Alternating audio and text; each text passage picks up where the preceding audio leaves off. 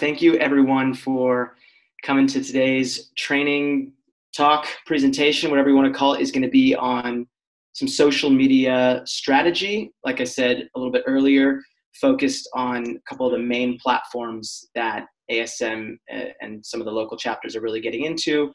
So I'll focus on Instagram, Facebook, and YouTube.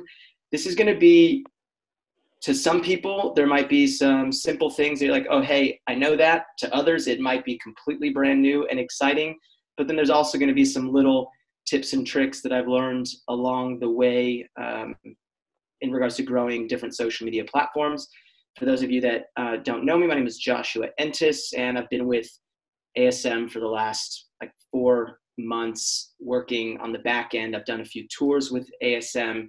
I do digital marketing and project coordination with SAVE, have done an incredible amount of activism and traveling around the world for the last couple of years, and I'm super excited to have so many people eager to learn a little bit more about social media.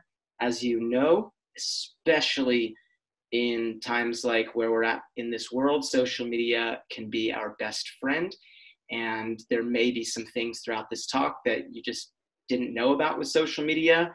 I kind of do this religiously. I love researching new things that are happening on social media and trying to find ways to, we'll never be able to beat the algorithm or beat the system of social media. That's always changing, but there's simple things that we can be doing and maximize your effectiveness while using these 3 different platforms.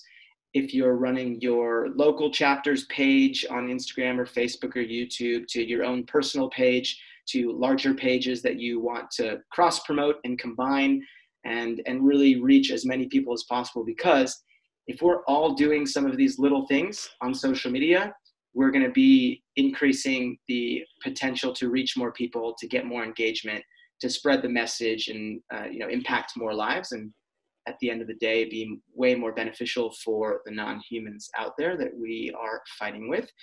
So I am going to share my screen here. This is going to be about social media growth and strategy. We're going to talk, it's kind of very in-depth. I thought I can get all of this stuff done in an hour, but it's probably going to go a little bit over. And like I said, if you have any very important questions, there's going to be 3 different sections in this, which I will, maybe it's not letting me, there we go. There's going to be Instagram section, Facebook, a YouTube, and a Q&A. So if you have any questions that you have to ask, then wait until we get to the next section. I'll open up a couple minutes to ask any big questions, and then we'll do a bigger Q&A at the end if you have any.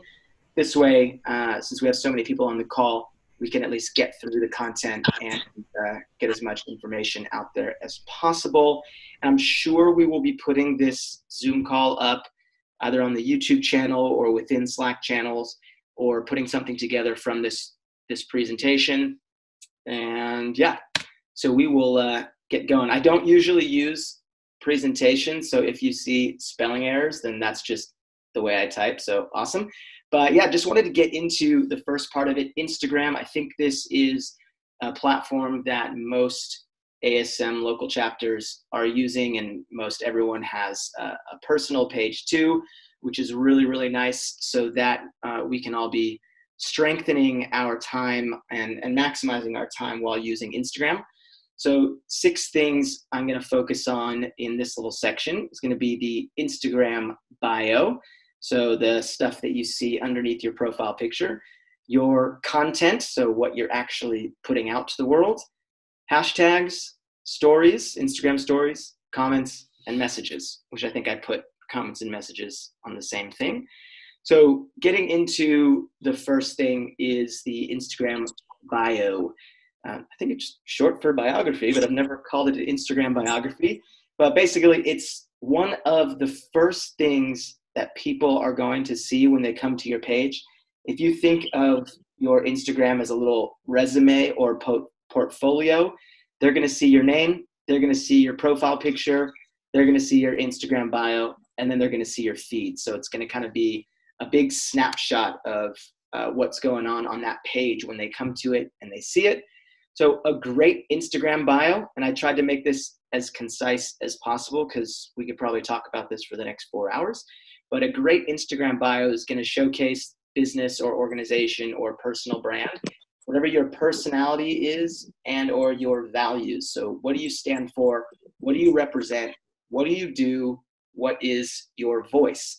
And so if you can convey that in your Instagram bio very nicely, you're giving people a little taste of what they're going to get when following you, whether it's a personal brand or a local chapter. You want people to have a consistent voice when they're looking at your bio, when they're reading your Instagram captions, when they're seeing you or your organization in your stories. You kind of want that all to flow. And you also want to prompt the customer or user or volunteer activist to take action. I'm sure you will see a lot of people with, and I'll get to that in a moment, but specific links in their bio, specific hashtags. A huge thing is you want people to take action. And for most local ASM chapters or CSM or HSM, the end goal is to get them to, one, follow what's going on, but to come out and get active, to come engage with your content.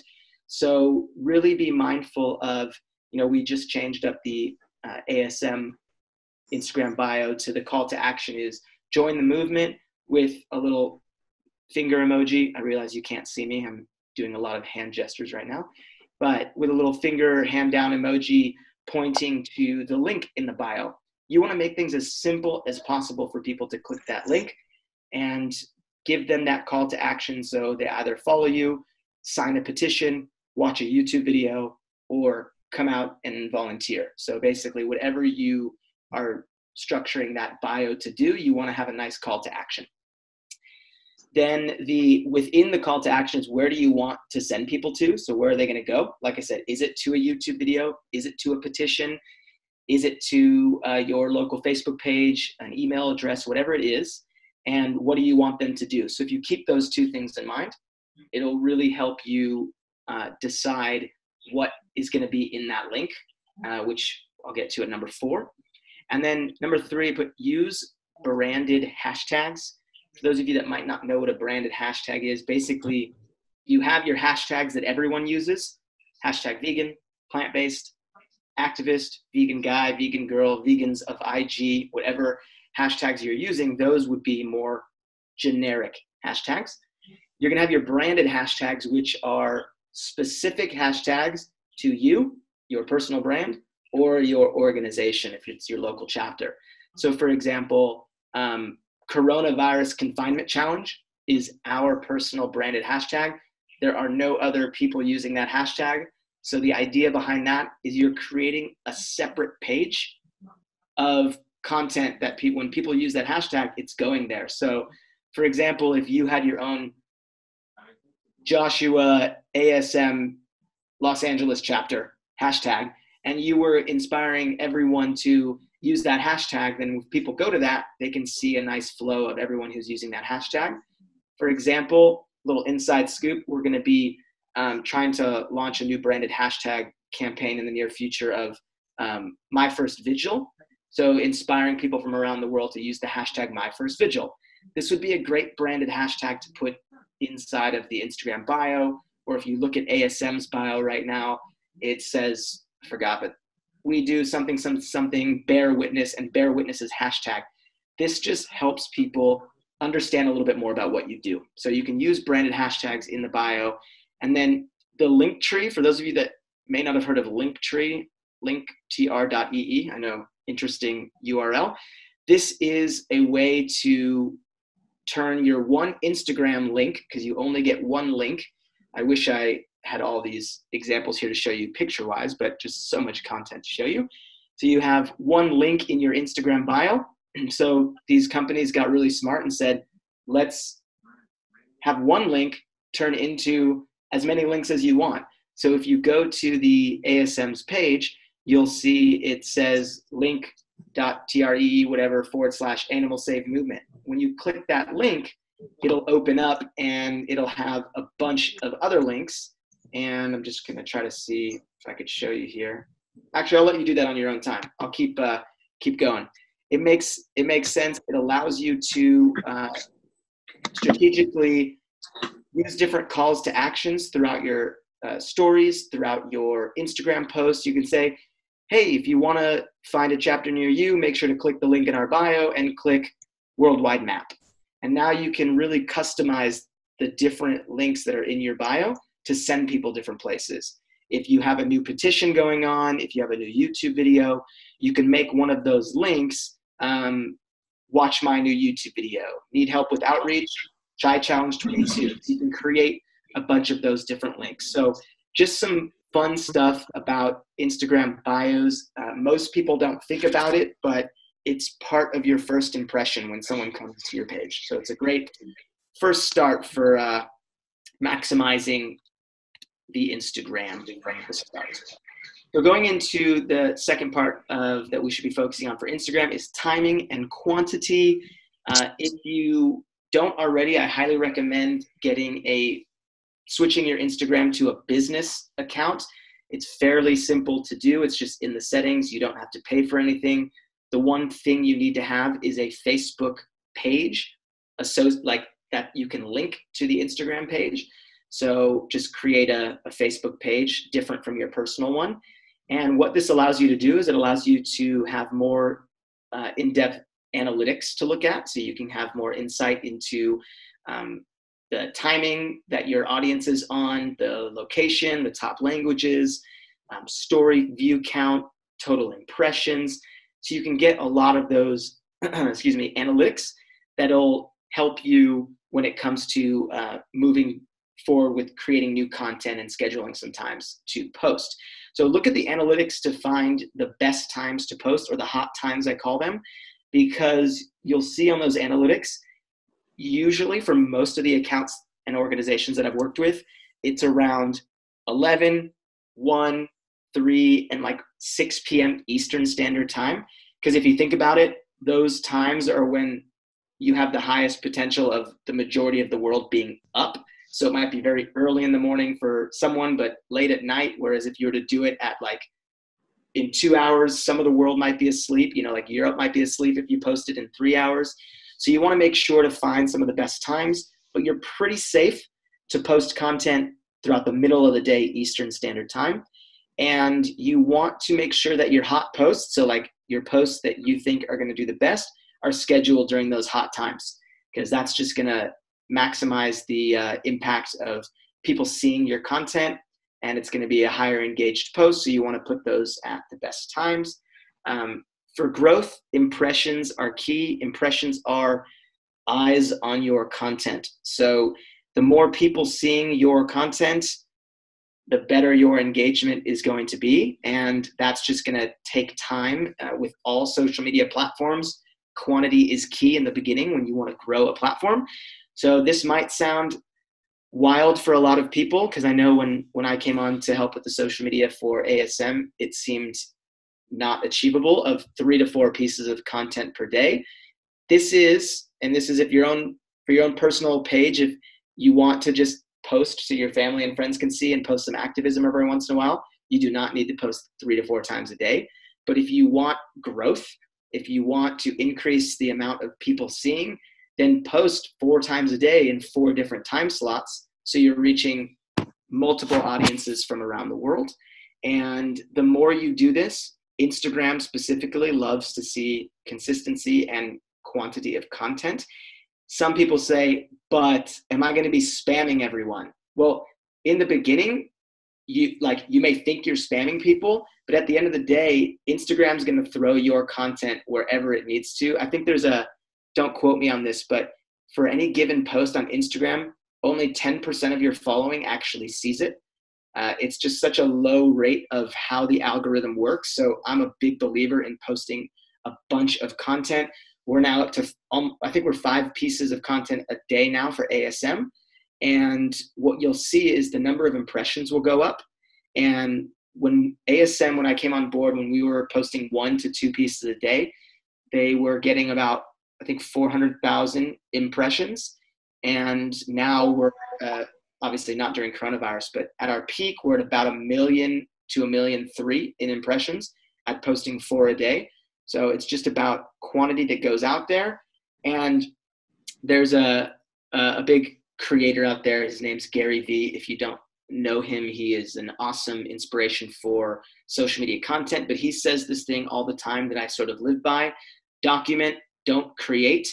And let me explain this a little bit more, because yes, we are all creating content, but what he means when he says this is, don't focus on creating masterpieces if you don't know how to create the masterpiece yet. If you don't have the nice expensive camera, if you don't have all the best ideas, if you don't have the massive number of followers yet, just document what you're doing. If you're a local chapter, document your vigils. You know, obviously right now it's a little bit different, but document online actions, document what's happening to the non-human animals around the world. Just document, put it up, document, put it up.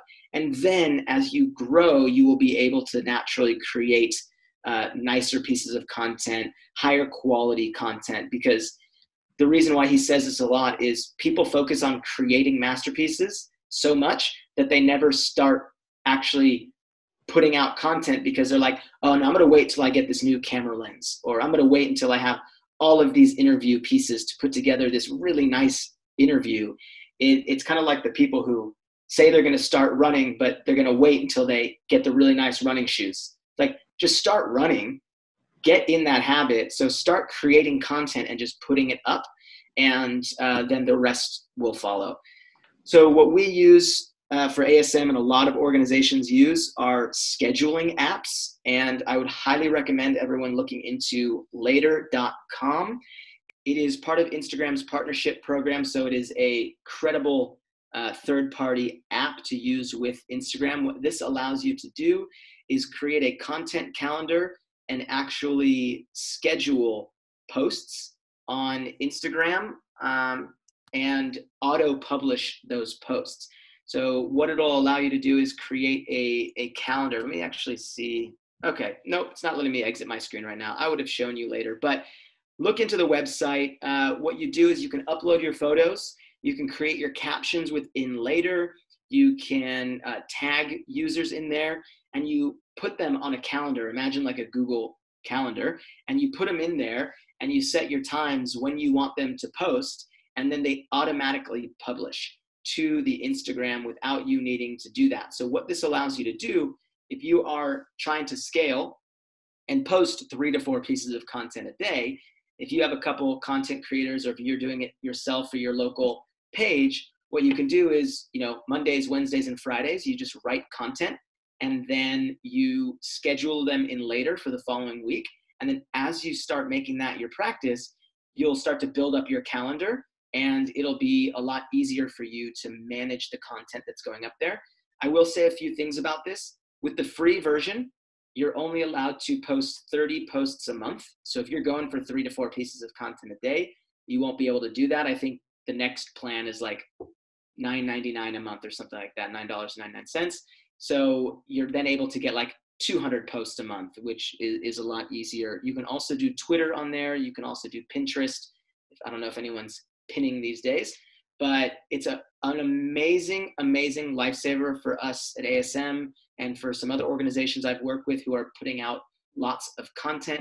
Even if it's your personal page and you want to schedule a post a day and don't want to worry about doing it, because let's say you like to write all your content on Saturdays and then schedule it for the week, it really helps you with organization and streamlining your workflow.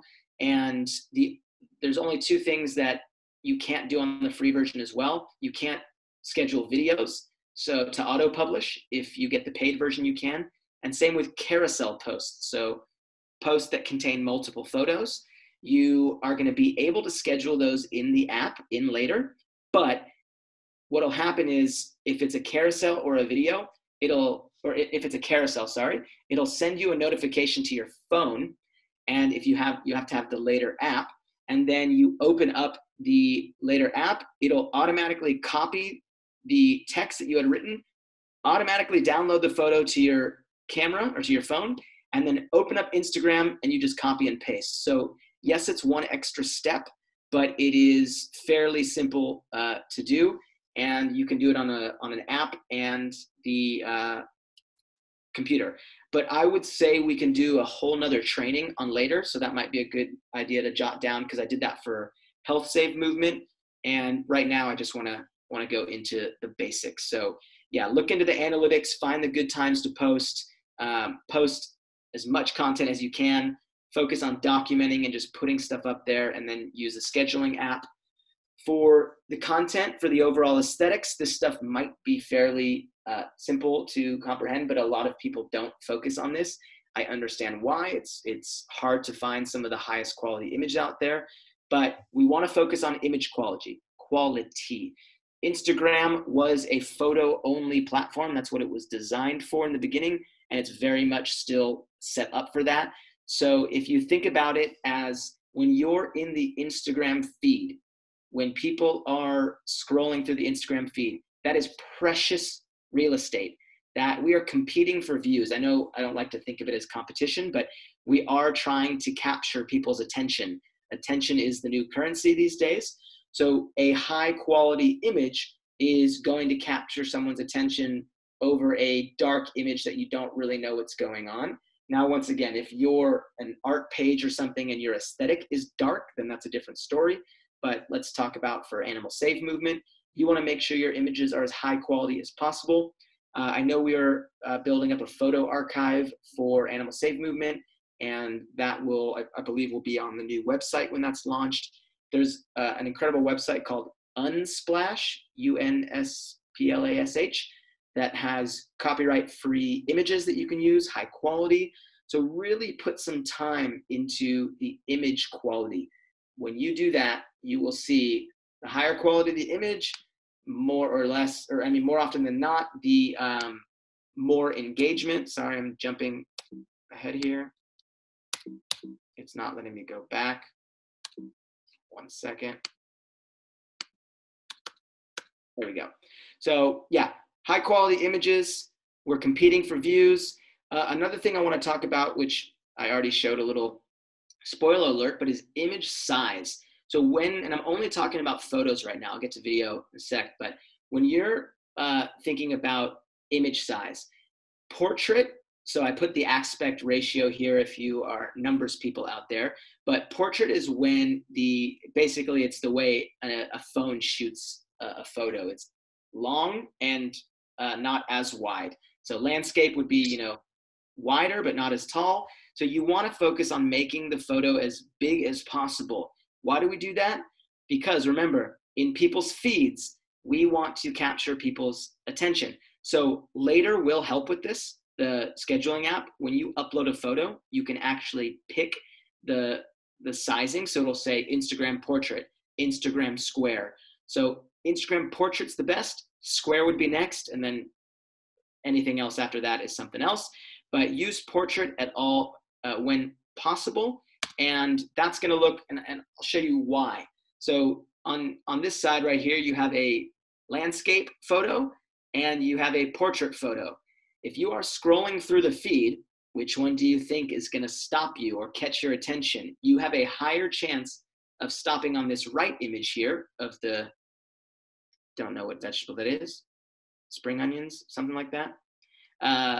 You have a higher chance of stopping on that image than you do on the left. So what I've even found with myself is sometimes I'm scrolling really, really fast on the feed and I'm not actually looking, just scrolling, maybe double tapping. I might scroll past this portrait photo because I do a nice aggressive thumb swipe on the screen and boom, it scrolls down to another image. So you want to take up as much of the screen as possible.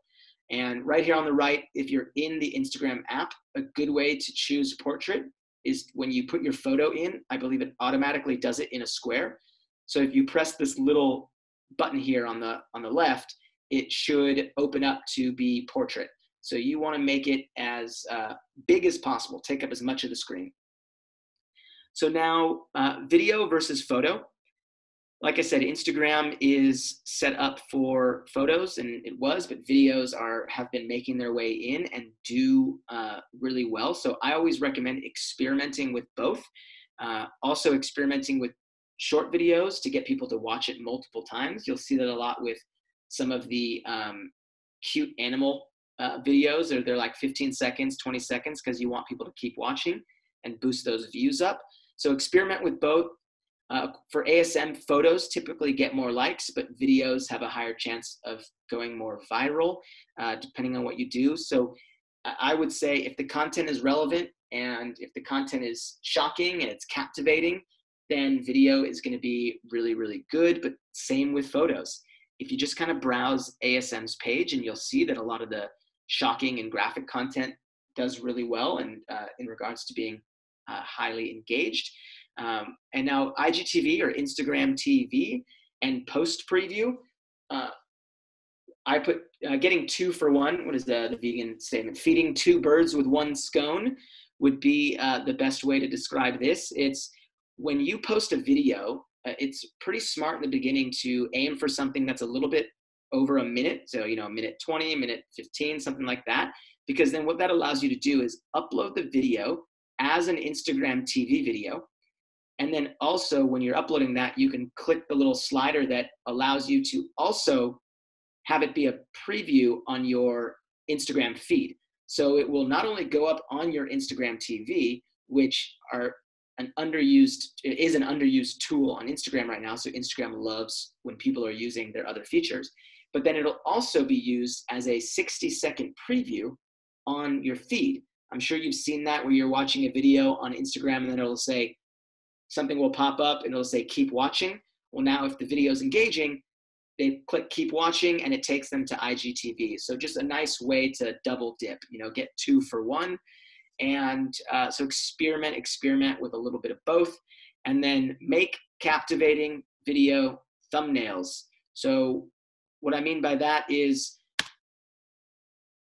the top one here stopped me. When I first saw that in our feed, I was like, wow, okay, that's obviously a human being and they're bleeding. So that's pretty powerful. The one underneath, at first glance on my small phone, I didn't know what it was.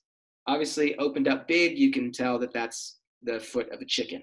So if you think about it, which one do you think is going to have a higher chance of someone watching it? So stopping on it and watching on it. A lot of people, I'm very surprised that this is still a thing, will upload a video and not pick a thumbnail. And I mean, I see why. Instagram makes you take another step to find it. I think you have to swipe over after the edit to then pick a thumbnail. So you can actually scroll through and pick the thumbnail from the video that you want to have. So pick something from that clip that's going to be the most captivating as possible. So the actual text and description of the content. We're still on content here. I know this is a lot. We'll stop for a little Q&A in a second here after the IG is finished. But this is now the actual text and description, the copy, what you are writing. So there's a few key things to keep in mind here when writing your stuff. You want to focus on length. So a balance of short, medium, and long copy or text. So maybe a couple different quotes where they're just simple, and then a few hashtags, some medium stuff where you have maybe 3, 4, 5 paragraphs, and then some long copy as well. You'll see on Animal Save Movement, we have been for the last couple months really focusing on turning our Instagram page into like a shorter blog format, where we're really using this as an opportunity to educate and to inspire and to inform people on different industries, and taking some of that longer copy, and people are reading it. So in most social media platforms, you get a boost in the algorithm for time on piece of content. So the longer someone stays on your piece of content, the better. So if you had a long video and they watch the whole thing, awesome. If you have long text and someone keeps scrolling down and reading it all, awesome. That's why carousel posts are really big. Every time they swipe to see the next image, it's another engagement point if you think about it. So keeping people on, and once again, all this comes down to what your main objective is on your platform. If you are one of those educating pages and all of your text is long, awesome. You'll get feedback from your followers if they're not reading it all. If you're one of those just super witty one-liners account, then cool, do that. That's why I always say mix a little bit of both. Number 2 is relevance. So The text ideally should match the photo or video. So if you have something of pigs in the video or the photo, then it would be a great idea to have your caption match and talk about pigs, or the industry of what's happening there. Because once again, the more relevant the photo is to the text, the more, and to the hashtags, the more likely Instagram is to put it in front of those people who would actually find value in it. That's how Instagram works, is the more relevant it is to the audience that Instagram thinks it's going to be relevant to, the more likely they are to show it to them. So just be really focused on trying to make sure photos and videos match. Spacing, this is really important. I think I should do an even more in-depth training on using the scheduling app and some of these third-party apps that you can use, because I could go into a little bit more. But basically, you want to make sure that your post is readable. So I'm sure a lot of you, and once again, it's not bad if you do this. I'm just, because I used to do this myself, but to really maximize the readability and to make sure people stay on your post, you want to make it readable. So if you see 500 words of text and it's all in one paragraph, I can't read those. It's just my brain doesn't do that. I want some breaks, some pause, some paragraphs in there. So what I recommend doing is every sentence or two or a couple sentences, basically you use your best judgment. Think about it from the perspective of someone's going to be reading it. So what's going to be the most powerful?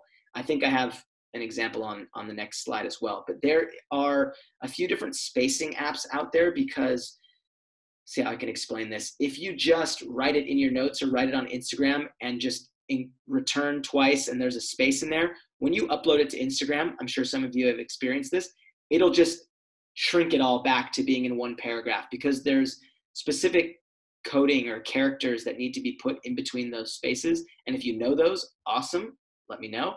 If not, I just use a spacing app. I went to Google and I typed in Instagram caption spacing app, or just spacing app.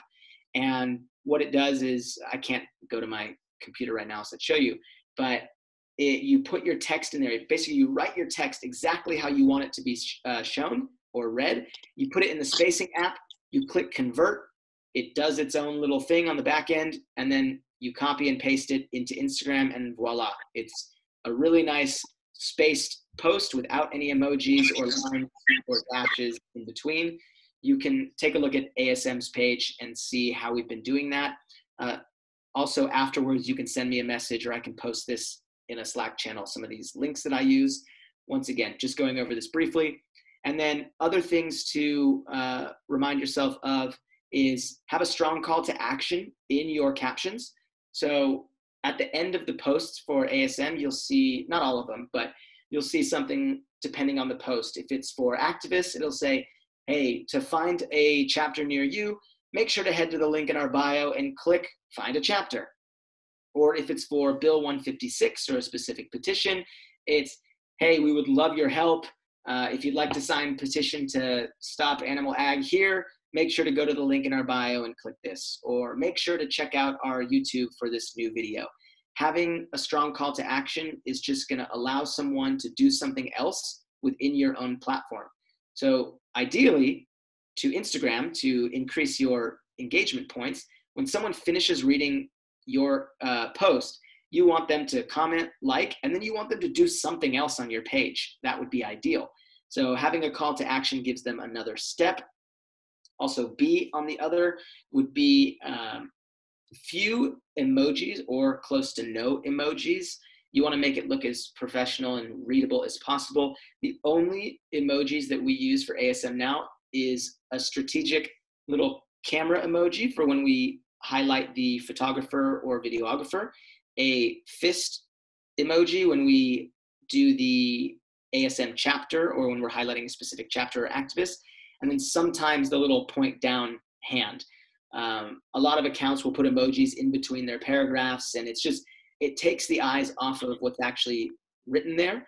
And then also no links. So some people will put like email addresses or website links. You cannot click links in an Instagram bio. So it just can also be looked at as spam sometimes to Instagram. So keep the caption for like text only. And then fifth would be ask a question. I'm sure you've seen a lot of the first lines of a lot of ASM's posts, or a lot of influencers posts out there, would be a question. So like, have you ever been to a vigil before, is the first line, and then underneath is a whole post about bearing witness. The reason being is, one, you want to captivate people. You want to ask a question. You want to get them to think. People liked being asked questions. You want to encourage them to leave a comment, because comments are another form of currency in regards to growing on Instagram. And you want to challenge people's minds. You want to get them to think, and you want them to read what's below. So if you ask a powerful question, or you have a really powerful statement, that is a really nice way to start your post. You don't have to do it on every one, but experiment, really experiment. Like something that we do a lot for ASM is, did you know about this? Or did you know that this industry does this? And it just asks a little bit of a question to get people to be like, oh, I didn't actually know. So let me read on, let me see. So ask a question. And, once again, these are pretty simple things, but you'd be surprised a lot of accounts aren't focusing on these things. So when you focus on your length, how relevant the content is your post readable? Is there a strong call to action? This will all build up to hopefully have people engage more with your content. And so, for example, here was the example of just how it's spaced. So you can see it's a little bit more readable. We chose to put the question in the middle. So we asked a really nice question. We had a lot of engagement on this. It was powerful. So basically, you write your post how you want it spaced, how you want it to be seen, and then you would copy and paste it, put it in the spacing app, and then put it into to Instagram. So moving on to hashtags. Well, I know this is a lot about Instagram. Wow, but thanks for all hanging in there. It's exciting stuff.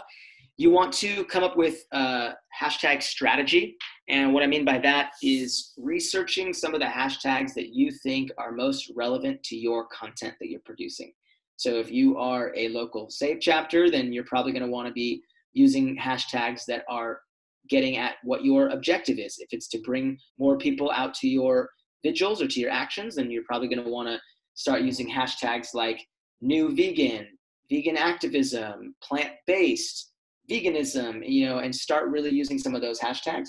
So I always suggest to use 10 to 15 relevant hashtags to not only your brand or your page, but to the content. So if you have a post about pigs, using hashtags like pigs, bacon, pork, like especially if it's an eye-opening one that you want to reach a non-vegan audience, you want to have it be relevant.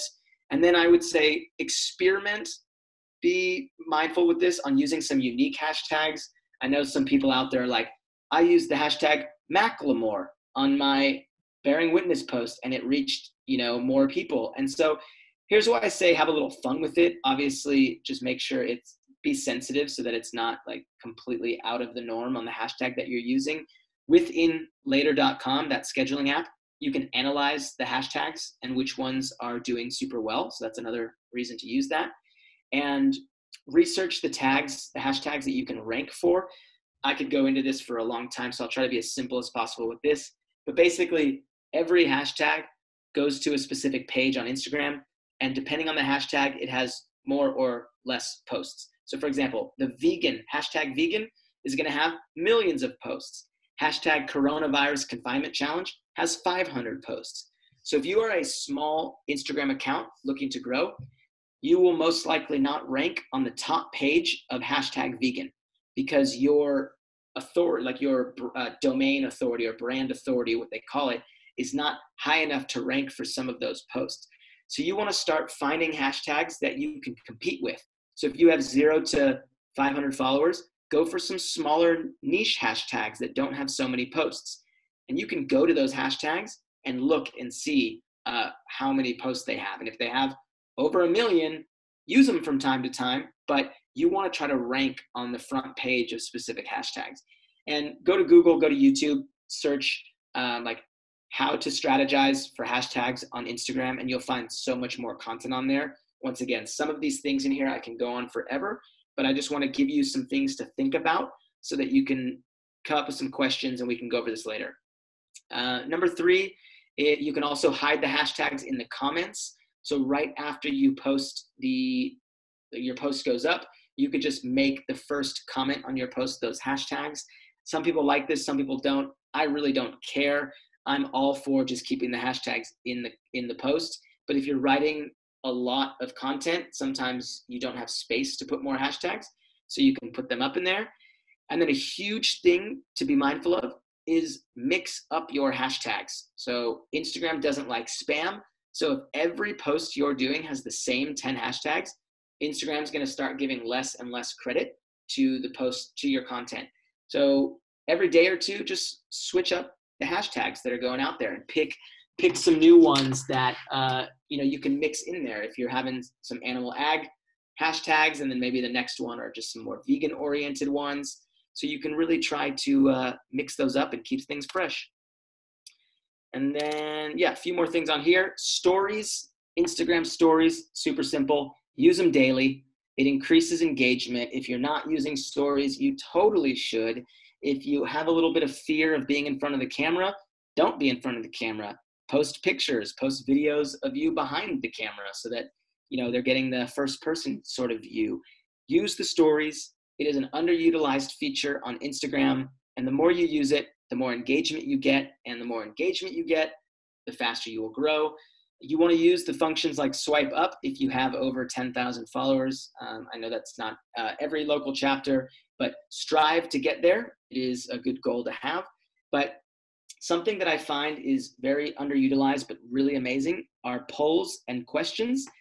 Polls are the yes and no. Questions are the where you literally ask a question and people can type things in. You can also do quizzes on there. When you do this, not only will you be using different features in Instagram, which will help with engagement, but you are going to be getting valuable and powerful information from your audience. If you were launching, let's say, a new t-shirt and you didn't know which design to have, you could say, hey, which design do you all like the most? And then you can have a poll there and people will be giving you information.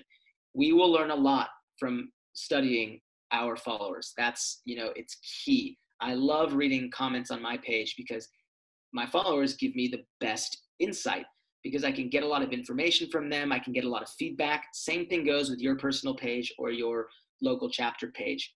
Use polls and use questions, use quizzes. I'm sure you've seen, if you've been following on ASM for the last 6 or 7 weeks now, we started doing a thing called quiz time.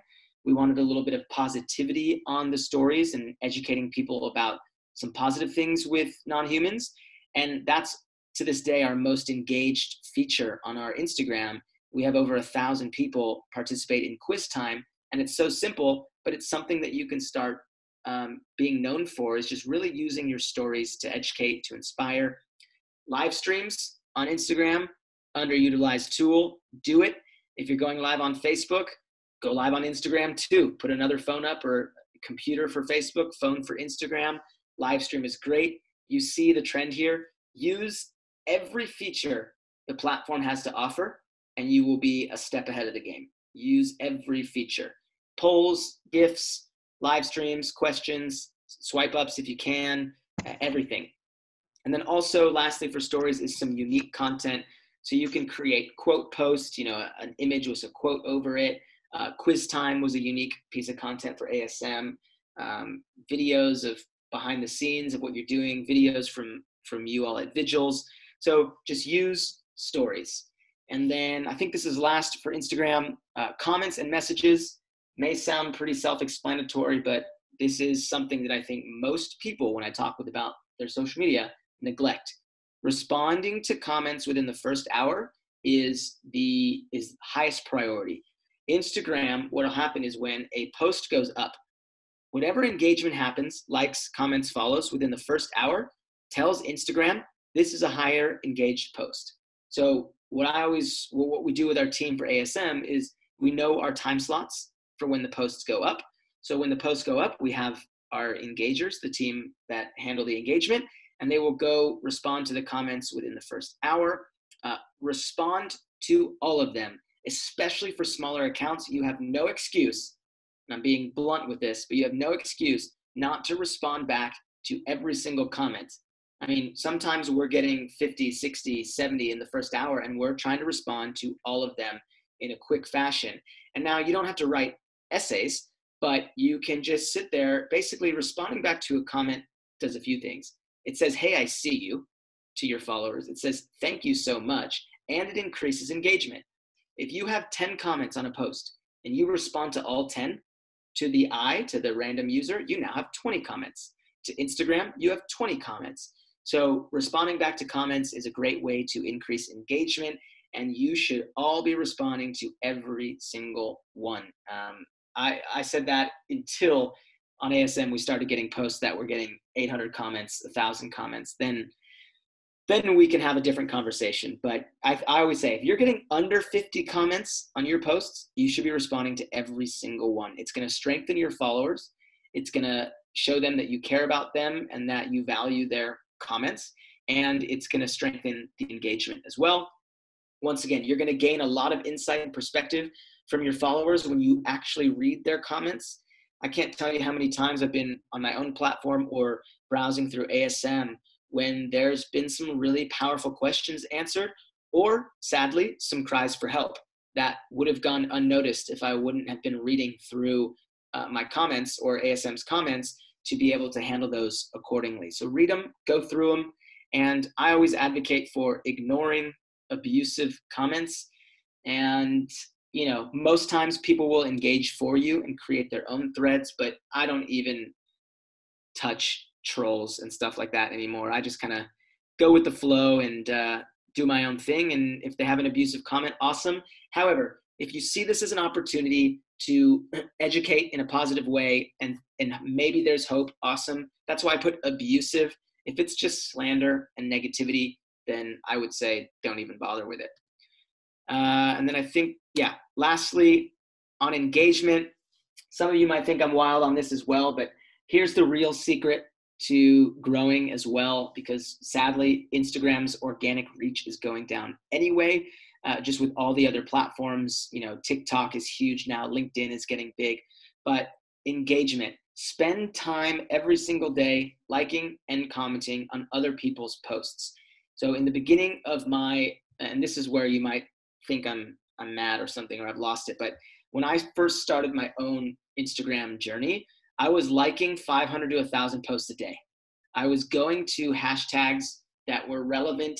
I started as a food blog back in the day. So I was going to like vegan, tasty vegan, plant-based food. I was going to all those hashtags, searching for potential followers that were within my niche.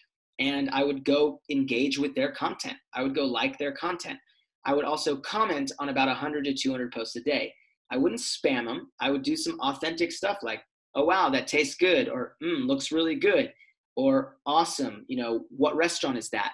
I would go engage with them, because what this does is, now let's say you like 500 posts a day and comment on 100. That is 600 potential people that'll see a Las Vegas Animal Save liked my photo in their notification feed. And that's 600 potential people that will go check your page out. 600 potential people that will follow you. Now, there is obviously a conversion rate or percentage based off that. I haven't figured it out 100%. I think it's kind of impossible. But back when I was doing that, I was growing between 50 to 80 followers a day because I was engaging on so many pieces of content. But the caveat here, the thing is, you have to have powerful and engaging content on your page. You have to have a good bio, a good profile picture, because when someone comes to your page, you did half the work, but now your content has to do the rest. You got to captivate them and give them a reason to follow you. So spend some time. If you are a local Save chapter and you have a couple people managing your social media page, go in there and every single day spend some time engaging. And now, don't get me wrong, if you don't have time to do 500 to 1,000, then like 100 posts a day and comment on 20. Even doing that is going to be amazing. When you are waiting for your oatmeal to cook, like a couple photos. When you're going to the bathroom, I always say, like a couple photos. I know everyone's on their phone in the bathroom. You have time throughout the day to like and comment on people's photos. Be authentic, be organic, and really try to not expect anything in return. I know that sounds weird, because we want them to follow us, but go and like because you just want to strengthen this community and you want to show some love and support to people who are doing the same thing. And we want to get exposure. So it's a little bit of both ways. So what I think I'll do, just to give a little break on Instagram before we go into Facebook. I know that was a lot, and I know it'll be quicker for the Facebook and YouTube since a lot of that is the same. But does anyone have any? I think we'll spend just 5 to 6 minutes. If anyone has any big questions, maybe start speaking. That might be the best route. I have a question. Yeah. It's Aisha. Joshua, I was wondering, there used to be this app which liked around 700 posts a day automatically. I think that app doesn't exist anymore, so I was wondering if there's something similar. Yeah, so there are like automation tools out there, so they call them bots. I do not recommend using these. So it's hit or miss. Like I've experimented with them in the past, and basically it's not authentic. If you're going to just be going and liking random posts anyway, I get it. I see the mix. Like if I'm going to do it randomly anyway, why don't I just have a bot do it? Instagram doesn't like that because Instagram sees you're not using the app. They want you on their app. They want you to be exposed to ads and whatnot. So what I found in the research I've done is that actually will hurt your engagement. You might grow initially in the beginning, but those aren't going to be as organic of followers. So in time, you will have a massive drop off. I've seen this happen on multiple platforms. I would say if you care about building an organic following, ones that are actually going to come out to a vigil when you ask, buy this product when you ask, sign a petition when you ask, you're going to want to build that following organically. I'm a big believer in taking more time. If it means I'm going to get to 5,000 followers in a year versus 3 months, I would rather take that year to build it organically and have a really strong group of followers. Now, do I think it's the end of the world to use it? Do I think it's a good way to jumpstart your page? Yes. I just say be mindful. Don't use the bots that automate comments. That's just really spammy and does not look good. You want to have a good representation. The other thing, Aisha, about these like automation tools is they malfunction sometimes, or people will randomly, even if you pick your hashtags for this bot to like, let's say you picked vegan, people, non-vegans are posting photos of animal products and their meals and using the hashtag vegan. So now if Las Vegas Animal Save is using a like automation tool and they like a picture of a piece of cow flesh, now other people who might see that, might call them out about that. So you just never know if that like automation tool is going to like a non-vegan post. So I'd highly advise to not use it. But I leave that up to other people for that judgment. Thank you. Welcome. I got a question. Yeah. My question would be, so like, if you have like a graphic picture or whatever, and then you're writing a write-up on it, like, should your write-up be like neutral or positive or more aggressive towards the situation? Like how should you curtail your write-up towards the picture if it's like a graphic image or an image that you want to have an impact on the person? Like how should you like harnessed words? Yeah, like harnessed words. Like, yeah. Should you use words like that, or what do you find is the best wording? Yeah, it's a really, really interesting and good question, because it all comes like the simple, easy way to answer that question would be like experiment, but to go in a little bit more on that is it really comes down to what your voice is. So let's say you're a personal page that's known for just being over the top, using all these intense words, graphic photo, every single picture, then you'll probably want to continue with that, because if you post like a super positive, happy image, it's not really going to be intentional to your audience. But I would say what works really best is just strategizing and seeing what works. So with ASM, we have a lot of graphic pieces of content. With those, we try to come from an educational standpoint. So like, did you know that this happens? Sometimes we'll say, do you pay for this? Is a really nice way to challenge people's minds.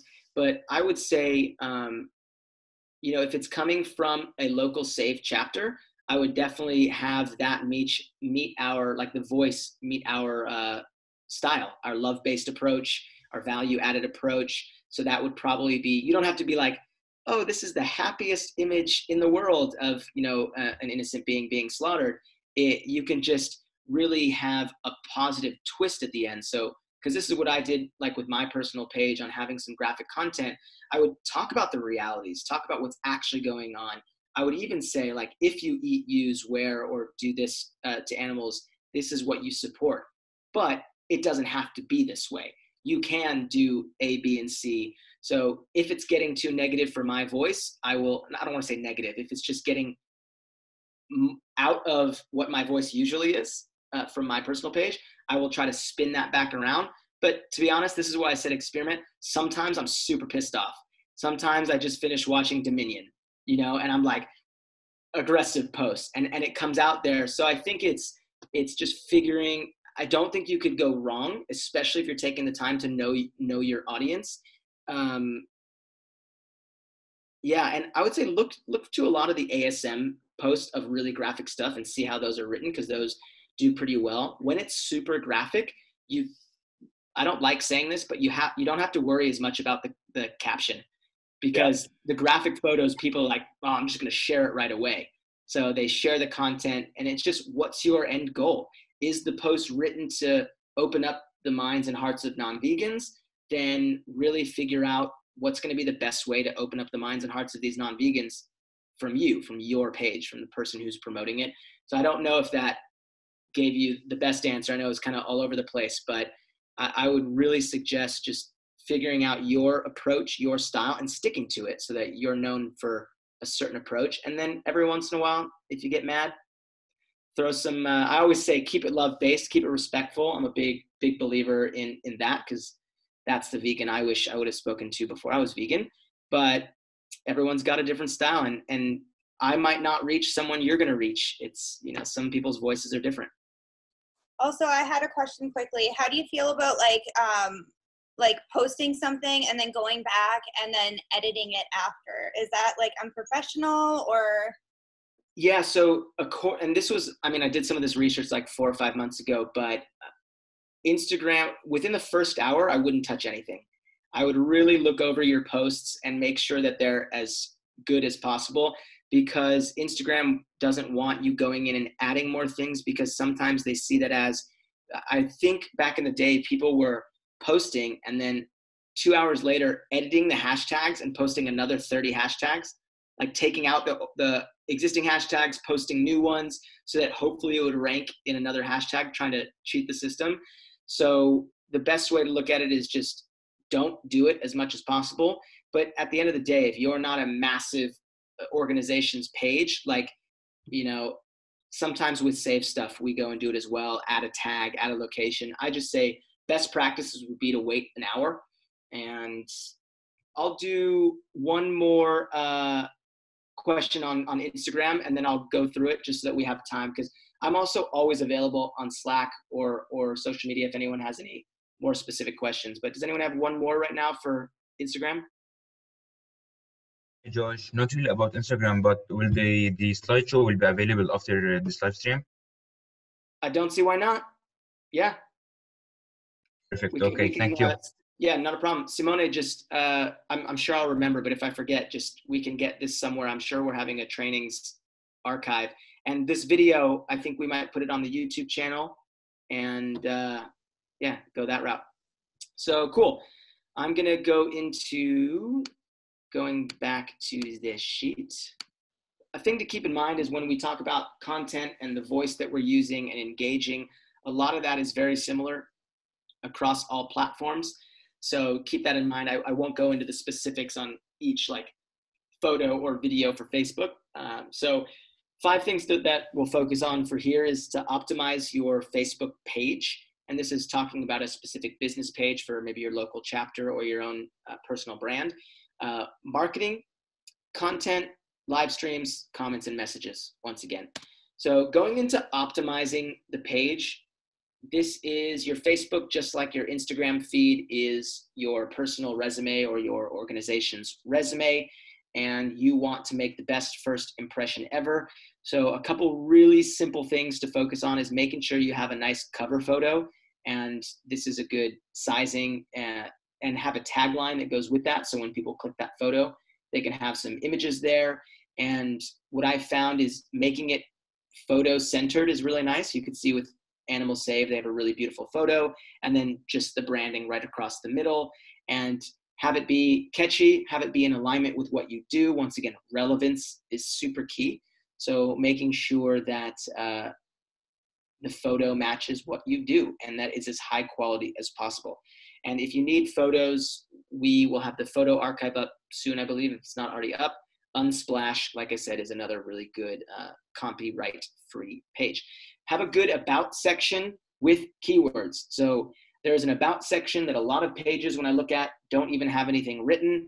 There are people, yes, still, that go to click about on websites and Facebook pages because they want a quick little snapshot of what you do. So if you are a local Save organization, just say, hey, we are a chapter of Animal Save Movement here in Las Vegas, Nevada, just sticking with Las Vegas right now. And we do A, B, and C. If you'd like to join us, yada, yada, yada. Have keywords in there. Basically, you want to use keywords so that Facebook really knows where to show your content to, and to make sure that what your page is about is relevant to what's in the about. If you haven't already got that theme, it's all of these social media platforms. Look at every single piece of your platform and say, hey, does it all make sense? Is it similar? Is it not similar? Is the name Fresh Veggie Stand, but you're selling ice cream, like vegan ice cream, of course? So you want to be as relevant as possible to make sure everything is matching. So have a good about with some good keywords in there. Have at least 5 high quality images in from your profile photo or on your feed. This one is mainly for people who are starting their platform from the beginning. If they're starting a new business page for Facebook because they want to do, they want to link it up with their business page for Instagram. You want to make sure you check that you have proper links everywhere. So if you are linking to a website, I remember on my personal Facebook page, I had the wrong website link forever and it was taking people somewhere else. So really make sure you get a really nice overview look of your page and see, how can I have good calls to action? How can I have a good about us section, good images, good content? And this is all just for optimizing the page. And then lastly, make sure to have appropriate branding. So do you have the current logos? If are you using the old Save logos versus the new ones? Really make sure that you have some sort of brand theme throughout the page so that it's just consistent. Once again, these are all very what's the word I'm trying to find? I'm very critical about these things, and these are just best practices. Now, if you don't have appropriate branding, is your Facebook page going to fail? No. This is just really good stuff to think about, especially when building a brand. Like your local Save Chapters Facebook page, you kind of have to look at it as a brand or a business. You want to grow it. You want to get more page likes. You want to get more people following. You want more people to follow your call to action and come out and get active. You want people to sign petitions. So the better your page looks, the more optimized your page, the higher chance you're going to have. It's kind of like a website. When you go to a website and it's awful and it looks bad, that website loses credibility. Especially if you're trying to buy something, you might not buy something from that website if it doesn't look good.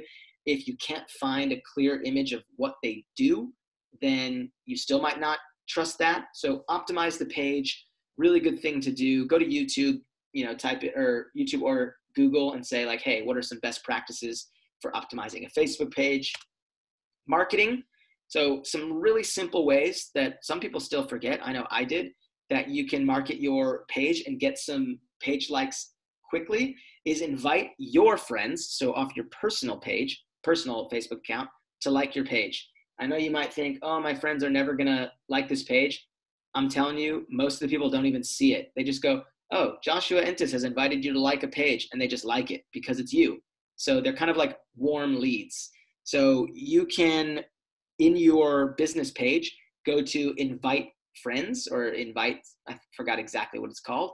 And when you open that up, since it's linked to your personal page, if you're an admin on it, you literally have access to your entire friends list. and then you can just literally go down it and click invite, invite, invite. I think you can actually click a checkbox and like highlight hundreds of them and spam those.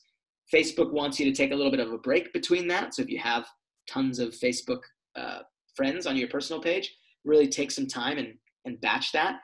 You can post links to your personal account. So once again, it's just a new strategy, like inviting your friends. It's say, hey, it would be awesome if you came and supported our new activism page or our new chapter page.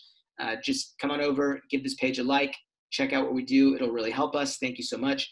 Give people a clear call to action, and you will be converting a lot more than if you don't do that. It's weird. A lot of people, I get it. A lot of people are afraid to ask for things on social media. If you don't ask, you're not going to get. So ask for those page likes, invite your friends. It's just, it's kind of like a game. Use groups. So go to other relevant groups that are out there and post your page. Don't do it in a spammy way on every page. Remember, add value. If you can always think about what value you are adding, that is going to set you up for success. So go to a vegan activist group and just say like, hey, for any of you that might be in the Las Vegas area, we just launched the Las Vegas Animal Save. Come on over, check out our page. We would love to have you come out and get active with us. Let us know if you have questions. Very value added still, that for those of you who are Las Vegas, we have this chapter. We would love for you to get active. It's friendly. So really good strategy to use to build up that list, because I'm sure a lot of you might be wanting to grow your local Facebook page. Email lists. So you can go out and email your family and friends. If you have your own personal website, maybe you have an email list, and just really use email at all possible. Good trick, what you can do, it's small, but a little tactic. Put your Facebook page link in your email signature. People still click links in email signatures. So just another way, who knows? Maybe you get 3 new likes a week from your email signature. That's 3 things that you didn't have. And then also engage with other pages. This is a really important thing to focus on. Go out and engage. Okay.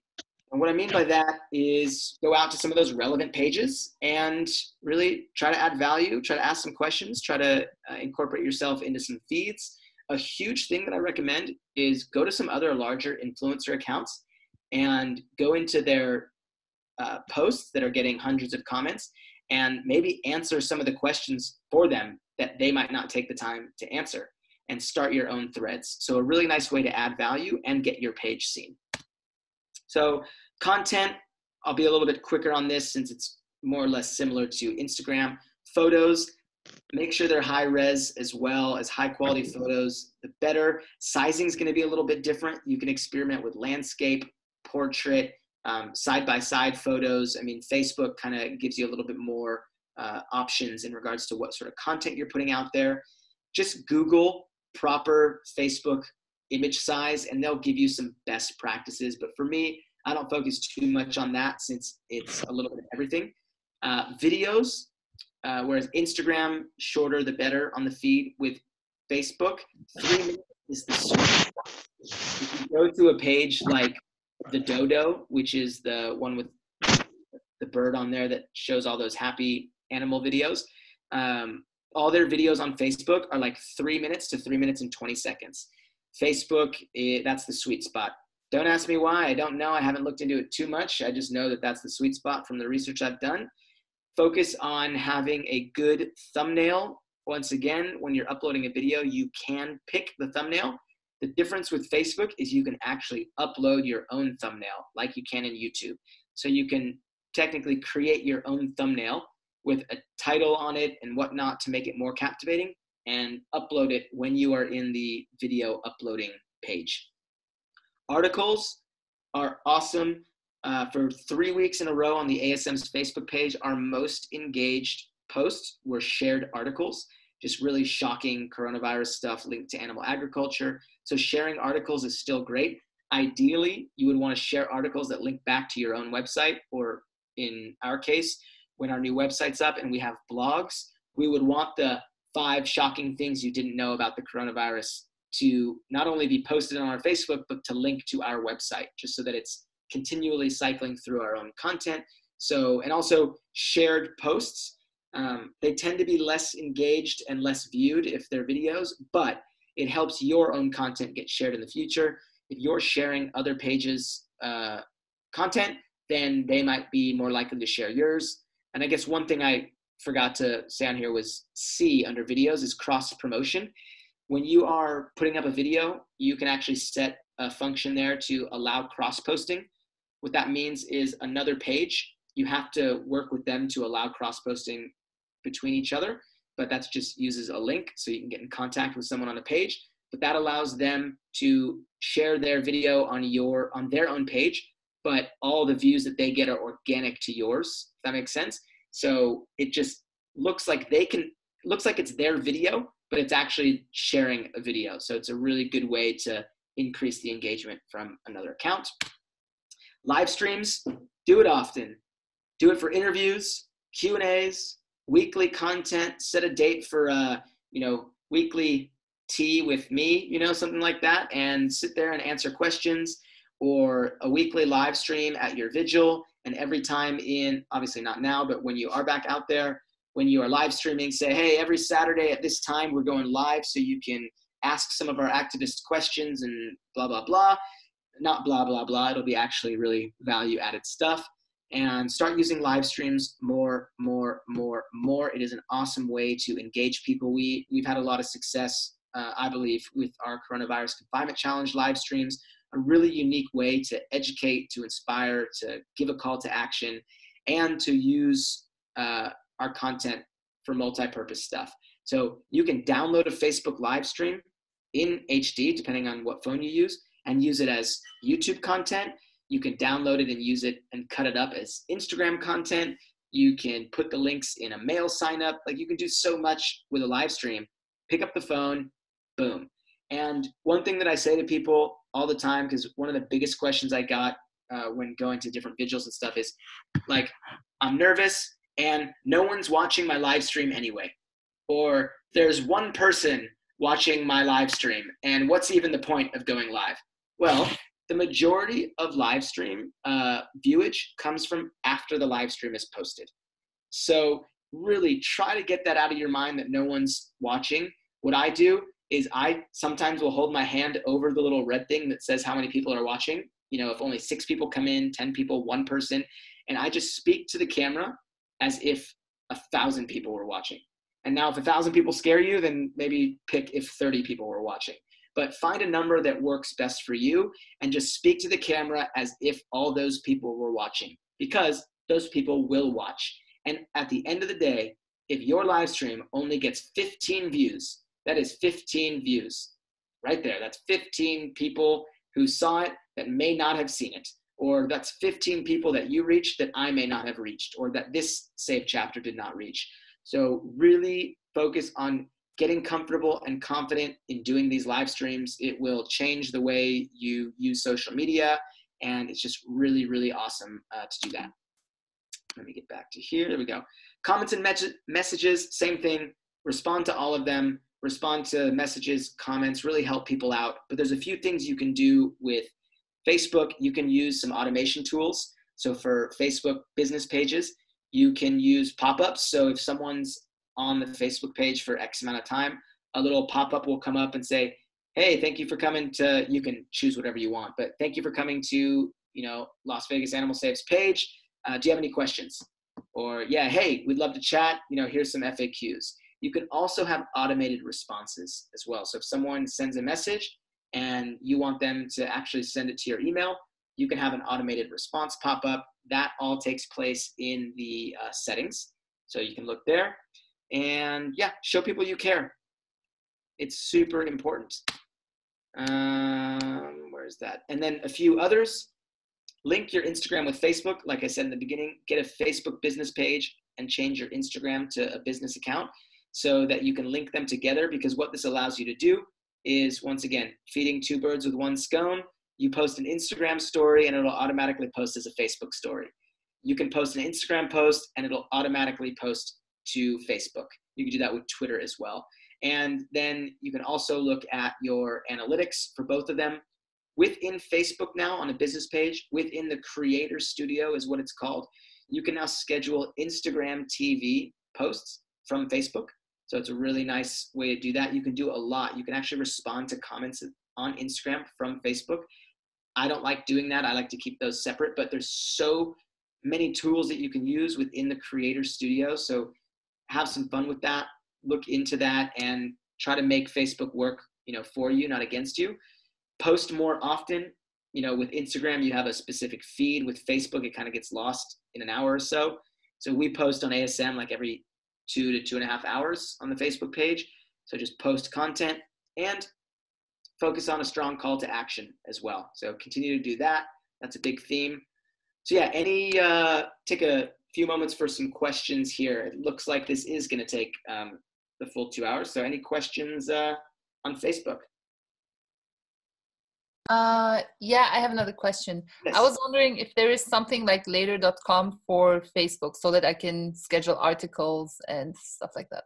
So Chris, I would ask Chris Foote because he schedules articles still within the Facebook Creator Studio. I haven't looked too far into Facebook automation, but I know that there is a really amazing website called Hootsuite. And Hootsuite is just very expensive. It's for pretty large organizations, but you can manage Facebook, Twitter, Instagram, Pinterest, a couple different accounts within Hootsuite, but it's expensive. I would just use the Creator Studio, Facebook Page Manager. I know there's an app as well for that, and I just saw someone put that down there below as well. And you can manage a lot of stuff in there. But I would talk with Chris about that for sure, just so he can provide like a concrete answer for that. Thank you. Welcome. I have a question for you. Yes. I've heard that on Facebook, only hearts and angry faces will get you more views, like will change the algorithms. Has anyone heard that? Do you know if that's true? Poof, I have not even, is that like a little Facebook hack? I haven't looked into that at all because I'm more of I like the hard work, organic, send some comments, actually put some meaning into that. But, maybe it does because maybe angry face emojis put like fear or shock and get people to read that and think about that more. It makes sense. I have not looked into that, so. Okay. Yeah, I just want to mention it so people can keep it in mind with other activist posts. Make sure to love it or be angry about it. No, cool. I really appreciate that. And I'm actually going to look into that too because Sure. something new every day. And Christopher put something else in here too. Buffer is another scheduling app as well that he says is good and affordable. Is there one more question before moving into the last section? Right now I'm having problems adding Justin as an editor to Manitoba Health Save. I don't know, have you ever had that problem before? Because I've tried and it's just not working. Yeah, so you're the admin on the page as well? Yeah, I'm the admin. And I have other people that are editors as well. It just won't let me add Justin. It's so strange. Yeah, we had that issue recently with ASM where one person couldn't add me as an admin or an editor. But we kept on trying to do that. We couldn't figure out what the solution was. We looked online and then I just asked another person who was admin and it worked from their page. It was super weird. So maybe try from a different person. I can also, I can look into that and ask Jennifer. I don't know if Jennifer or James are here, but they helped me out with that last time. So check Facebook admin request. And just Perfect. see what I'll try making one of my organizers admin, and I'll try that, and maybe we'll connect after this. Yeah, please. And we'll figure it out because it's please. exhausting. I'm sure it's especially when you just know what you want and it's not working. So thank you. I love looking into some new stuff as well. Okay, cool. So, and we'll have a little bit of more Q&A at the end too. So I know YouTube is not the most used platform out there. I think there's a lot for myself and from the people I've spoken with about, there's a lot more fear that goes into YouTube because it's kind of like, oh, putting your face in front of the camera, or there's a lot more work that goes to it. And yeah, there is a lot more work that goes to it, but there's so much benefit from using a platform like YouTube. And if I always like to preface it like this, the #1 most searched platform in the world is Google, and the second most searched platform is YouTube. And people are using these platforms to actually type these things in, to research, to ask questions, to find some valuable information.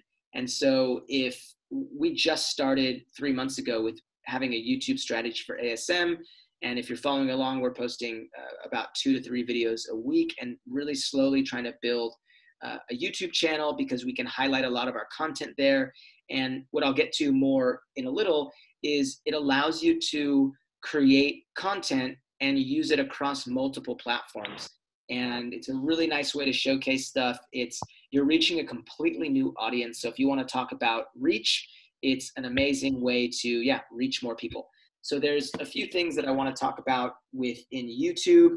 And I think that this could be a whole nother, I'm working on we're starting a Spanish YouTube channel, or ASM Español. And we went through an hour-long call on just optimizing YouTube. There's so many things that go into titles and descriptions and tags. So I'm just going to give you a brief overview. I will first preface, if you haven't started a YouTube channel, all it takes is a Gmail. Open it up, start it, take some action. And even if you're just recycling content that's on your Facebook before, put it up there, because it's just another platform. If we want to talk about maximizing the reach that we have, imagine if every single one of you on here posted one YouTube video. We're all going to reach different audiences, and that's going to be amazing. And if we're all using our platforms that we have, even better. So the things I want to talk about for YouTube: content, title, description, tags, and thumbnail. So content, what are you creating? The sweet spot for YouTube would be 7 to 10 minutes. YouTube used to gauge their success with the algorithm on likes and views.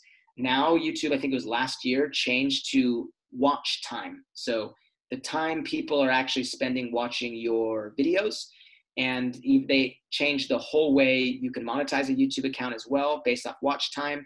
So 7 to 10 minutes is a really nice sweet spot. People go to YouTube to watch longer videos. It's more acceptable, whereas Facebook and Instagram, it's a little bit quicker. So 7 to 10 minutes, keep that in mind. It's a nice way to gauge it.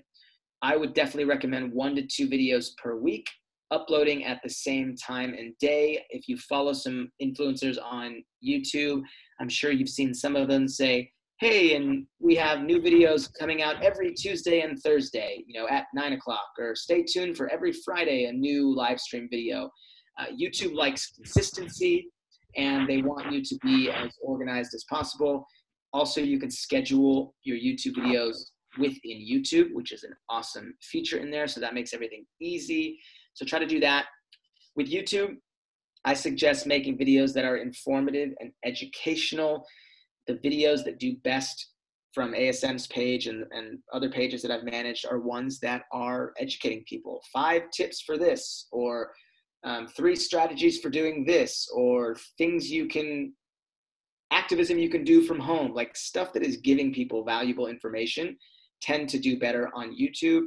But that's not saying you shouldn't have filler content like ASM's having, where we have vigil compilations, what happened in 2019, best of, which was a great video as well, covering news topics and stories, doing voiceovers. There's so many different creative ways that you can do. Live streams, yes, you can live stream on YouTube. Also, live streams from Facebook, you can download and upload to YouTube. So another way to just get more content out of doing one. And, I would say if I was organizer of a Safe chapter right now, I would, every single vigil, when we have them, hopefully soon, I would, or any action that you do, I would live stream there. I would take a camera. I would talk in front of my phone. I would try to get as many pieces of content to put up there, because the more Las Vegas Animal Safe puts up content on all the platforms, the more likely they're going to reach more people, the more likely people are going to come out and get active or engage with their posts. The other thing for YouTube you can do are interviews. I mean, it's awesome. I tell people all the time, when you're at a vigil, when you're at an action, a climate safe demo, when you're doing anything out there with activists, we have activists with us. pull up the camera, pull up the phone, ask if anyone wants to be interviewed, and ask a few questions at each vigil and get people's insight on, the specific questions, the topics that you're talking about. Put that on YouTube, value added, and you're just giving information.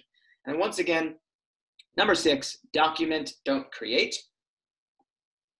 Don't worry about having the $4,000 Sony camera or the best wireless microphone or, the best editing software. I mean, I'm still using iMovie, which is like the free basic version on the Mac.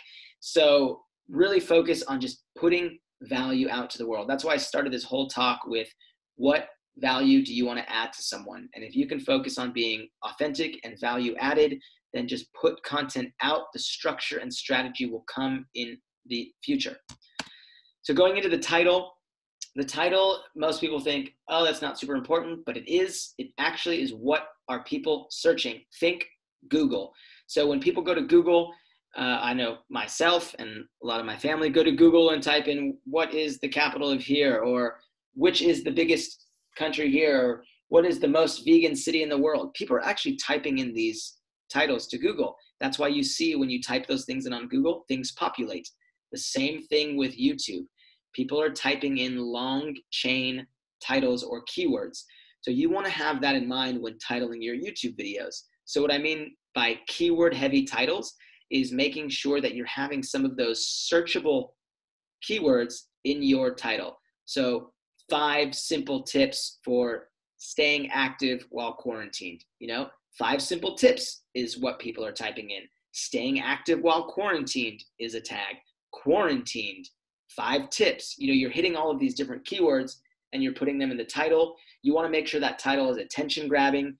Under 70 characters is good. You want to be able to captivate people with as few words as possible. I use vidIQ. I'll put that there, vidIQ, it's a Google Chrome extension. It also links in with your YouTube. It's a great way to search keywords and to actually find the keyword volume. And that might be gibberish to some of you. It was for me until like a year ago. I can definitely do a YouTube training in the near future, but basically you can find what the search volume is. So for example, when I'm thinking about titling a video for ASM, do I want to use the word plant-based in this title or vegan? Depending on what the content is, I'll look at what the search volume is. And sometimes plant-based is ranked higher. Sometimes vegan is ranked higher. And so I'm going to really structure my titles based on that. Once again, this is very in-depth. This would be called search engine optimization, or SEO, if you are into the website world. Go to YouTube and type in SEO for YouTube videos. And there are some amazing, simple pieces of content out there that'll really help you optimize your titles. And this is just very basic into YouTube. I want to go into these so much more. We're just flying through all this stuff. The description, so this is what shows under your video. You want to give just enough information to captivate people, because when they're looking through the YouTube feed, they will see the first line of your description. So the key thing here to optimize is you want the first line of the description is the most important.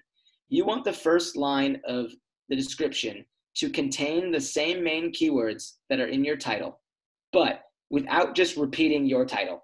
So if your title is 5 tips for staying positive during quarantine, just using my own video as an example, you don't want to just copy and paste that as the first line of your description. You would want to mix that up in there and say something like, what did I put?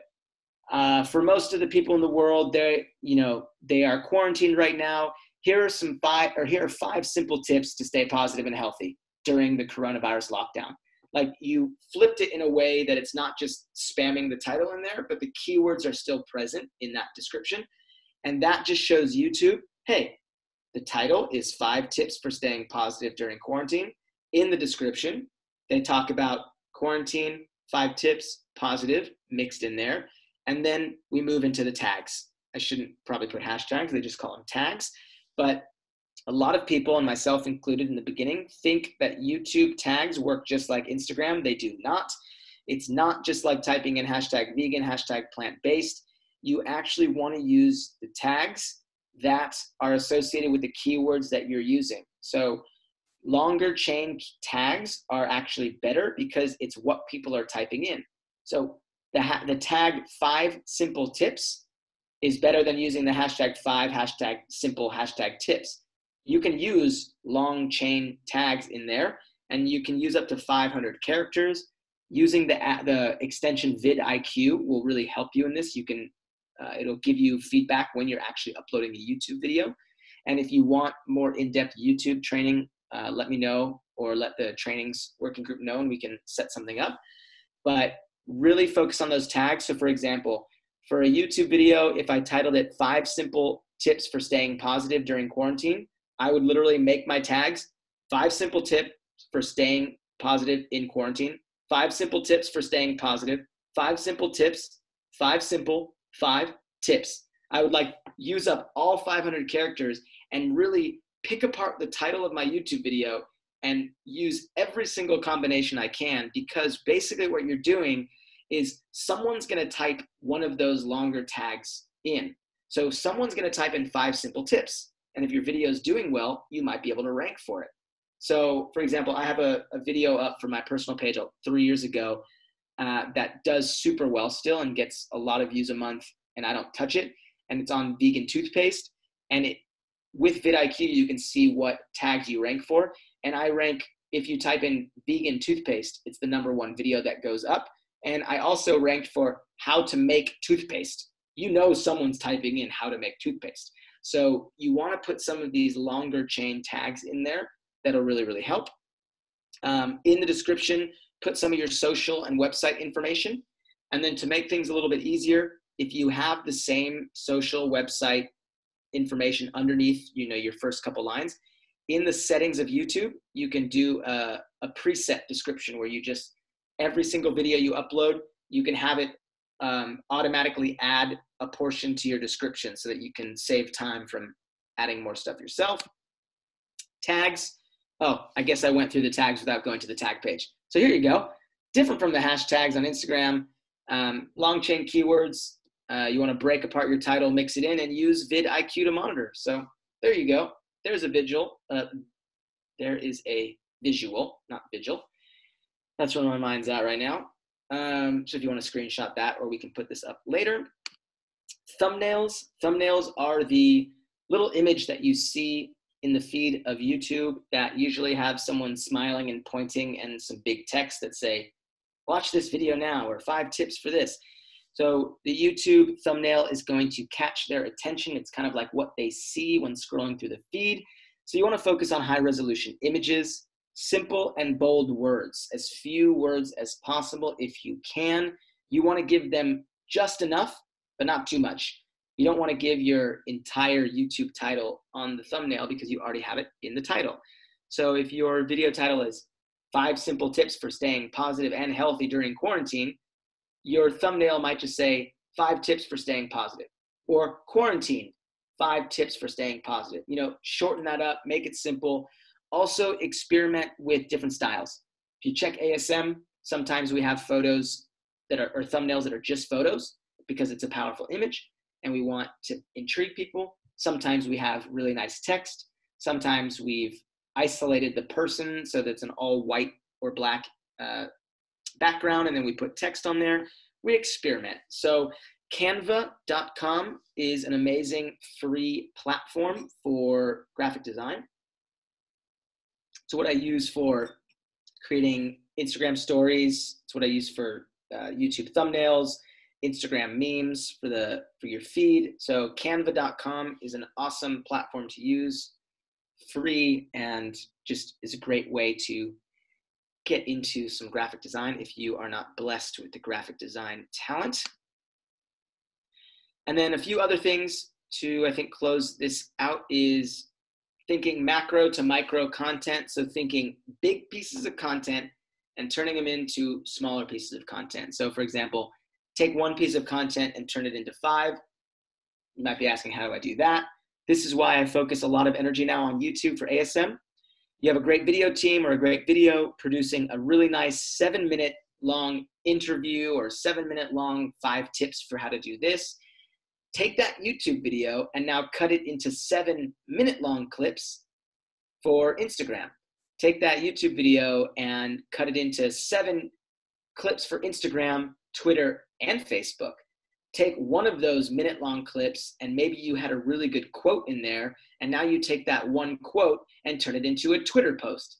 And now you take that Twitter post, screenshot it, and turn it into an Instagram post. Like, there's so many ways you can take. You got to think big picture. You got to think, how can I take one piece of content and suck all the juice out of it and turn it into like passive income working for me, right? How can I make this one piece of content work across all the different platforms? And I know this might be hard to comprehend in the beginning, but if you start thinking this way, when you start creating your content, it'll really help you create better content. Cross promote. When you launch a YouTube video, right from Facebook, you can share it to Twitter, Pinterest, email, Facebook, whatever. Share it across the board. Get it everywhere. Put it in front of people. And then lastly, face in front of the camera does very, very well. If that is not your thing right now, do not worry. There are amazing YouTube accounts.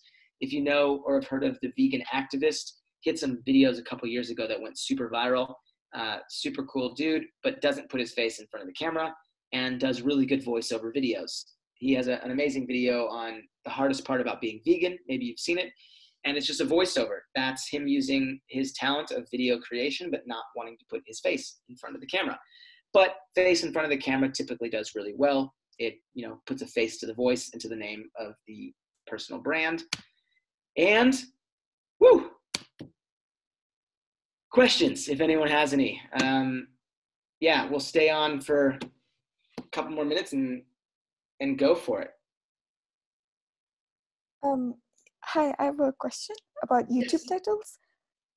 So I'm aware that English is like the most predominant language, so it would be smart to use English, right, as the title. But I represent Sri Lanka, and they use Sinhalese. So I was wondering if the YouTube title should be like a mixture, or do you think I should just stick to one language as the title? That's a good question. And because we're currently talking with the team right now to build out some other YouTube specific channels for other languages. I would say, I know it's bad. It's just so true, but experiment, like try different things. I think, yeah, you're right. YouTube is definitely set up for English being the main keyword titles and searched. And if we look at analytics, that 50% like, for example, of ASM's page, of my page is English speaking. But that's not saying, if you look at organizations like 350.org, I don't think Extinction Rebellion does it, but there's some organizations out there that still will title, description, and tag their videos in another language. I think it all comes down to who's your target audience. And if you have videos in there that are for both, with YouTube, you essentially want a niche and really try to build a strong singular following of people, and all your videos are going to be, tagged and titled the same. But I think when it comes down to animal rights and local chapters, do whatever is going to get your message seen and understood by those who are following your channel. If it's creating 2 separate channels, cool, cross promote between there. But I think you'll learn very quickly if the videos in another language start taking off, then awesome, go towards that language. If you just find a balance and it's consistent, then do both. If it's not, I don't think it's going to hurt the page.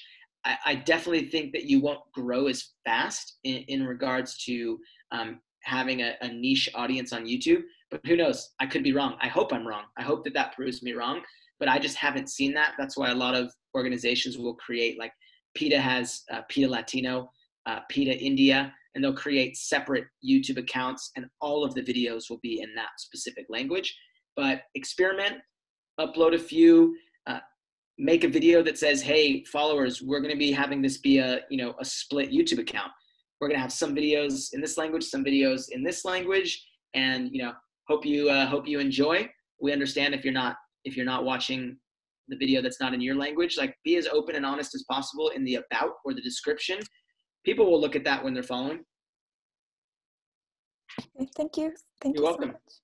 Yeah, I would love to see a YouTube, more information on YouTube, whatever you could show us on that, whenever you could do that. Cool. Yeah. And, I had a question, but I kind of forgot it, so I was trying to remember the other one. I'll try to remember it. Yeah. Oh, I remember. Subtitles. Is there any easier way to do subtitles besides like typing them all out individually in a way? But probably not. Yeah, no, there 100% is. We're just talking about that with the video team. There's a few ways. The free way, and kind of a little bit of a hack, if the audio is good, so if it's not mumbled or there's wind going around, YouTube will actually automatically subtitle your video for you when after it's been up. I think you have to render it and then maybe wait like 10 or 15 minutes. Sometimes it's longer. But what you'll have to do is before you post it, go back to where the subtitles are and you'll see an automatic upload. And it does a very good job. There are still mistakes. But what this allows you to do is just watch your video and just make the corrections instead of typing everything out.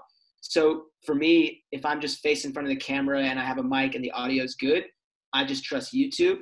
If you are putting out a lot of content and it's high quality content and you want to save time, there's a website called rev.com, rev.com. Let me see if I believe it's rev.com. Maybe someone wants to fact check me on that. But it is a transcribing and subtitle website. So for example, for YouTube to subtitle a video, I think it's like $1 a minute.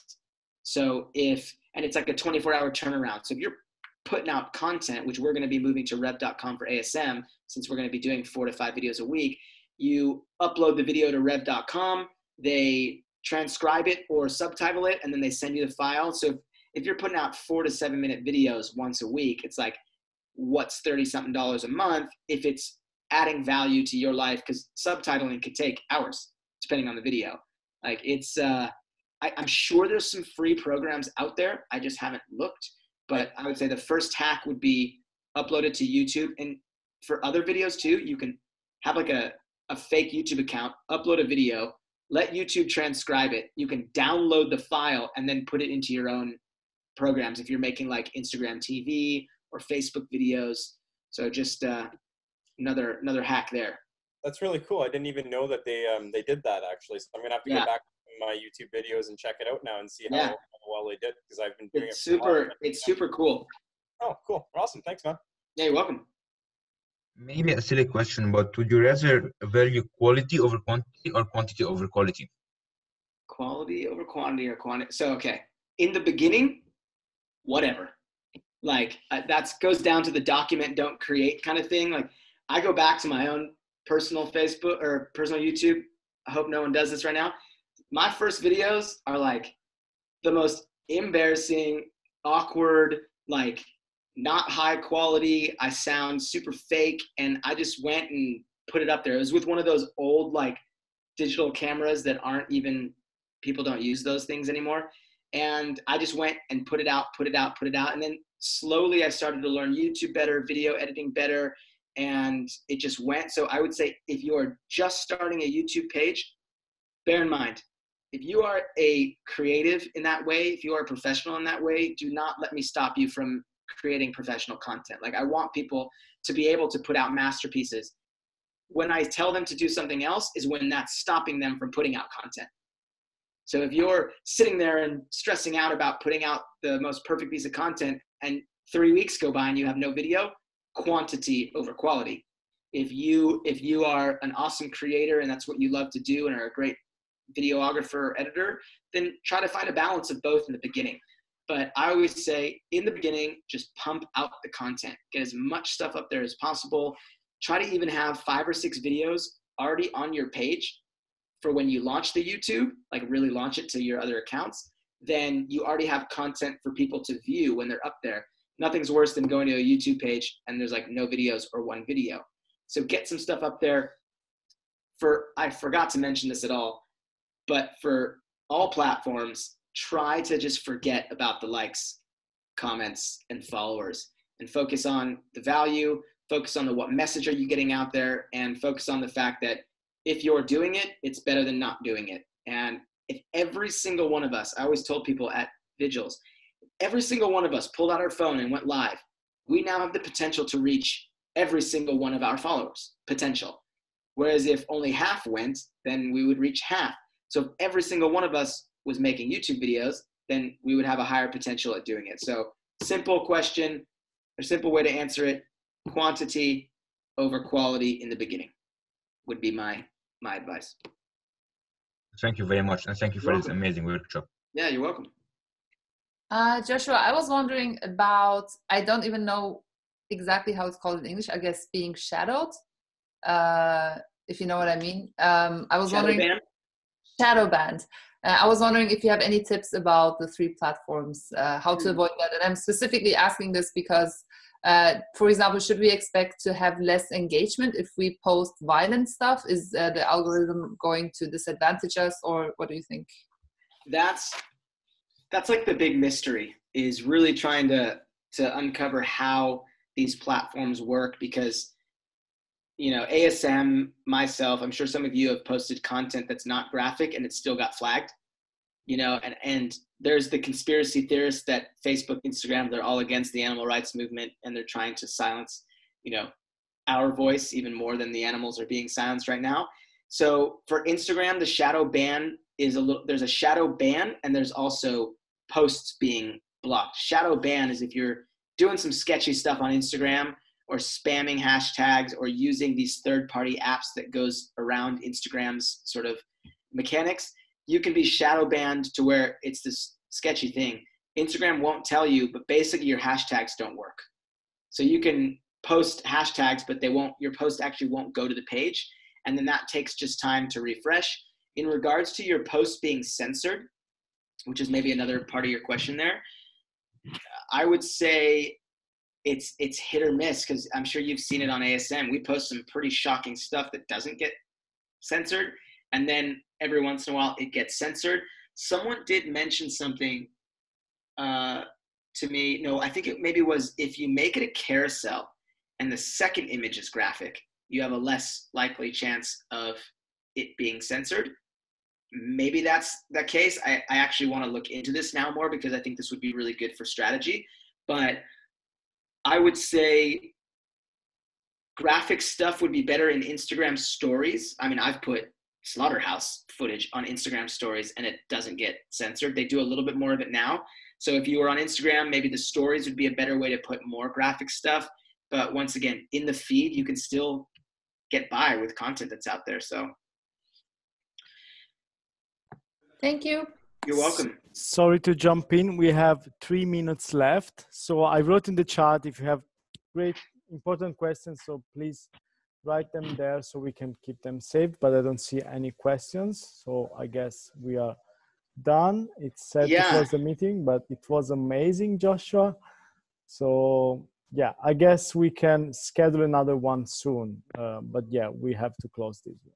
No, I really appreciate it. And Simona, thank you for reaching out to me on this one. And I'm super glad I got to stay the whole time. We got a lot of stuff in here, and I hope that some of this stuff added some value. I know a lot of it's very simple, but it's also a great reminder on how we can even optimize our own pages a little bit more.